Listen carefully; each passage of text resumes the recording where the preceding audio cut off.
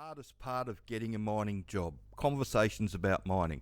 Welcome to Australian Mining for New Starters. In today's video, we're going to talk about the hardest part of getting a mining job, and I'm just going to come straight out and say it. And the hardest part of getting a mining job is keeping it. And I know people don't like it when I say that, but it's true. Over the 30 years I've been involved in the industry, watching all the people fail that just get their start and they think that that's the whole battle over and done with, only to get up to site in the last 3 days in the job. I've seen lots over the years, and people don't like me saying it, but it is the truth. And I'm going to make my point really quickly before I turn people off. My point about all this is that if you are currently trying to get a job and you are looking to get advice, or you've retained a resume writer, or you're on social media looking for things about information about how to get in, and the person that you're getting the information off isn't telling you that the hardest part of it all is keeping the job, then you're not getting the right information.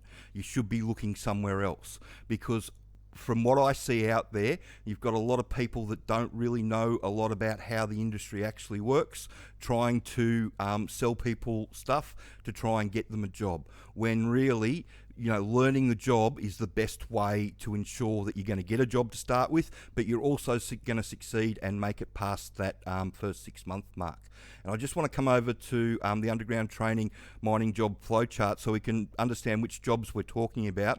They're in the production mining side of things, and it's the nipper, the drillers offsider, diamond drillers offsider, truck driver, even pace crew. People are getting starts as pace crew these days because they're just that desperate for people. We've had people come through the training and do it. This is all full-time work. On an even time roster, you'll start on about $90,000 a year. On a 2-in-1 roster, it's probably 120 or just a bit under 120.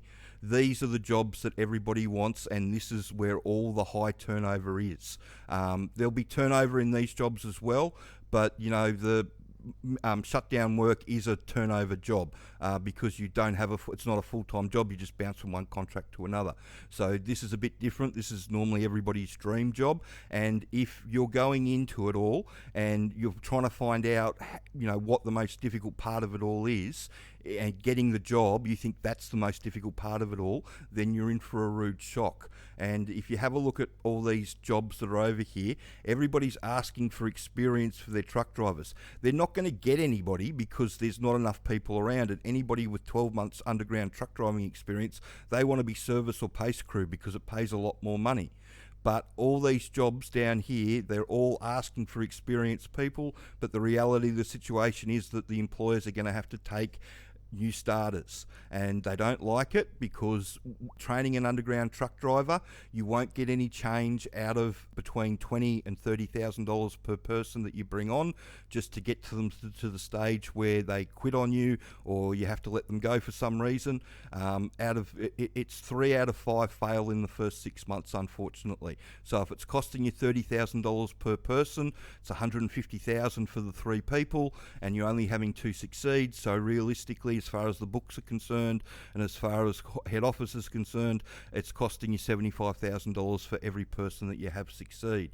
So they're looking, they're looking for people that are going to try and make a go of it and try their best to work hard and succeed. And everybody says that in the interviews. Everybody says they're the hardest worker and they pick things up quickly and all that sort of stuff. But, when you go in green and you don't know how it all works, then you leave yourself open to the system. And the system turns over more than 50% of the people that they shove through it. That's one of the reasons why we wrote our training back in the day. We got sick of watching people fail. There's lots of jobs on all these hard rock underground mines around the country. And all you need to do is to educate yourself to how it all works. You can use the DIY package. There's full instructions on how to redo your resume and interview prep in there. But most importantly of all, it teaches you what you need to know.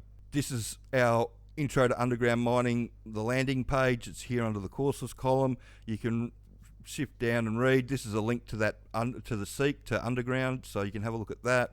There's our, we've got our mining jobs to apply for page, the Wall of Fame page. You can have a look at that. That's people that have gotten jobs. But if you come all the way down here, you can actually click on here and open up a PDF and have a look at what you're actually going to learn. So it's going to teach you everything that you need to know about how the mine works, scaling, surviving the first 12 months. Everything's in there that you need to know, and you can go through all the 4 courses and they can show you everything that you need to know in there. It's the best way to get yourself a mining job. There's lots of jobs out there. It's just a matter of giving the employers what they want. But if you're under the disillusion of thinking that getting the job's the hard part, I'm sorry, but you're in for a rude shock. And, you know, before you get a magic resume and drive to a mining town, I suggest you do a bit of more research, because, you know, you're just being set up to fail, unfortunately. And that's the big thing that I wanted people to get out of this video, is that there's lots of jobs around, but, you know, unfortunately, if you go in green, there's a huge turnover. If you want to fix that problem, learn how it all works. When you can stand in front of the employer and talk to them about refuge chambers and stench gas and cap lamp signals and, you know, what a heading and what a stope is and all that sort of stuff, you've done the hard bit and put all that information into your head that everybody struggles with, and it puts you 6 to 8 weeks ahead of everybody else, and that's how you will end up getting a job.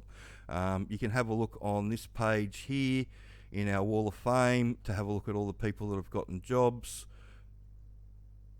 As you can see, there's videos, there's lots of feedback messages from people. They're all happy. And they all say the same thing. The whole reason that they got the job is because they could talk to the foreman in the interview about how it all worked. And they knew what was going on, and that made them an easy win for the employers, and that's what everybody's looking for. So I hope you found that information helpful, and the hardest part of getting a mining job is keeping it, and don't let anybody tell you otherwise.